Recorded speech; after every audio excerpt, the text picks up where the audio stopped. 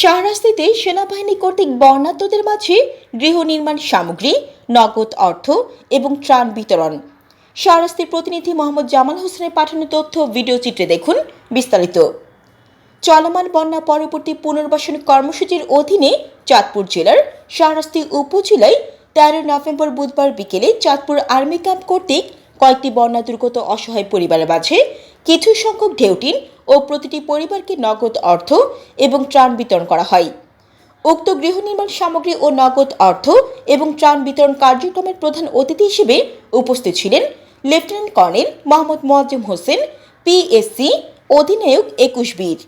উপস্থিত ছিলেন উপজেলা নির্বাহী officer Mohammad Yasir Arafat, senior warrant officer Shariful Islam, থানার officer in charge OC Mohammad Abul Bashar, উপজেলা প্রকল্প বাস্তবায়ন কর্মকর্তা মোহাম্মদ সবুজ, শাহরাস্তি ক্লাবের সভাপতি মইনুল ইসলাম কাজল সহ আরও অনেকে।